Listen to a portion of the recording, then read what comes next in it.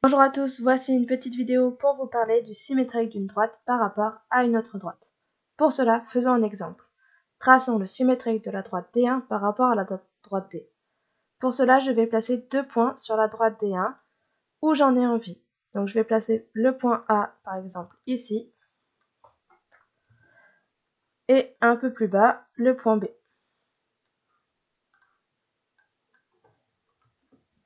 Et je vais faire le symétrique du point A et du point B par rapport à la droite D. Je vais utiliser pour le point A la technique du compas. Donc je vais aller piquer mon compas où j'en ai envie sur ma droite D, vraiment où je veux, et je vais ensuite récupérer le bon écartement avec le point A. Une fois que j'ai le bon écartement, je vais reporter cet écartement de l'autre côté de la droite D en faisant un arc de cercle en gardant la même mesure. Je prends ensuite mon compas, je pique ailleurs sur la droite D, vraiment de nouveau où j'en ai envie. J'essaye de m'éloigner un petit peu du premier endroit où j'avais piqué. Et je vais prendre de nouveau l'écartement avec le point A. Une fois cela fait, je vais reporter cet écartement en faisant de nouveau un arc de cercle de l'autre côté de la droite D. Et l'endroit où les deux arcs de cercle se coupent, l'intersection de ces deux arcs de cercle, ça sera le symétrique du point A que je vais appeler A'. Je vais à présent faire le symétrique du point B. Pour cela, je vais utiliser non pas la technique du compas, mais la technique de l'équerre.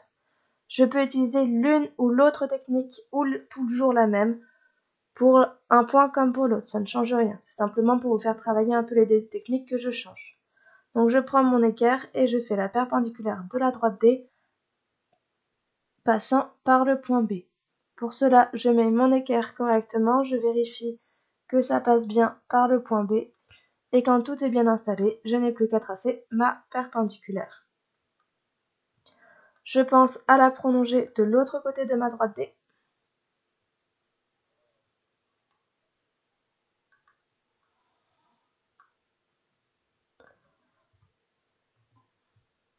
Attention à ce que l'équerre soit vraiment bien installé. Une fois que c'est fait, je vais pouvoir enlever mon équerre et reporter la distance entre le point D, B et la droite D de l'autre côté de la droite D. Pour cela, j'utilise la règle ou le compas, mais je préfère le compas. Donc je me pique à l'intersection de la nouvelle droite que je viens de faire et de la droite D, et je vais aller récupérer l'écartement avec le point B. Une fois que j'ai récupéré cet écartement, je fais tourner mon compas et je trace un arc de cercle. L'endroit où l'arc de cercle et ma droite se coupent, ça va être le symétrique du point B que je vais appeler B'. Pour finir le symétrique de ma droite D1, il suffit que je prenne ma règle et que je trace une droite passant par B et par A.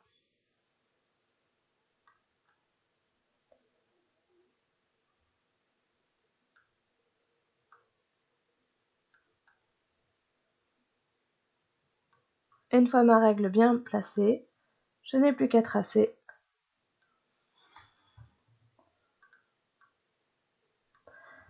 et voici par exemple la droite D2 symétrique de la droite D1 par rapport à la droite D. J'espère que tu as bien compris la méthode et que tu seras capable de refaire. Voyons un deuxième exemple rapidement avant de terminer cette vidéo.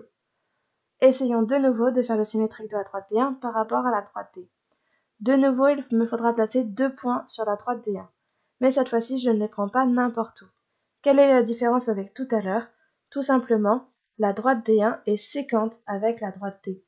Donc je vais utiliser ce point d'intersection qui va être très intéressant car très rapide à refaire. En effet, le symétrique du point B, ça sera tout simplement lui-même.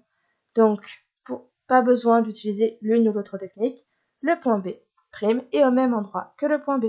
Je n'ai qu'à refaire le symétrique du point A. Pour cela, comme tout à l'heure, je vais utiliser mon compas.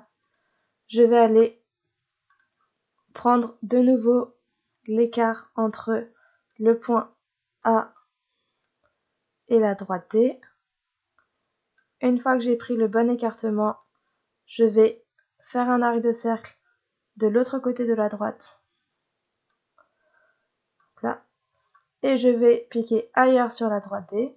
Et de nouveau, je vais aller chercher l'écartement avec le point A. Et une fois que j'ai le bon écartement, je vais pouvoir faire un deuxième arc de cercle. L'endroit où les deux arcs de cercle se croiseront, ça sera le point A', le symétrique du point A. Et pour faire le symétrique de ma droite D1, il ne me restera plus qu'à faire une droite, passant par B' et par A'.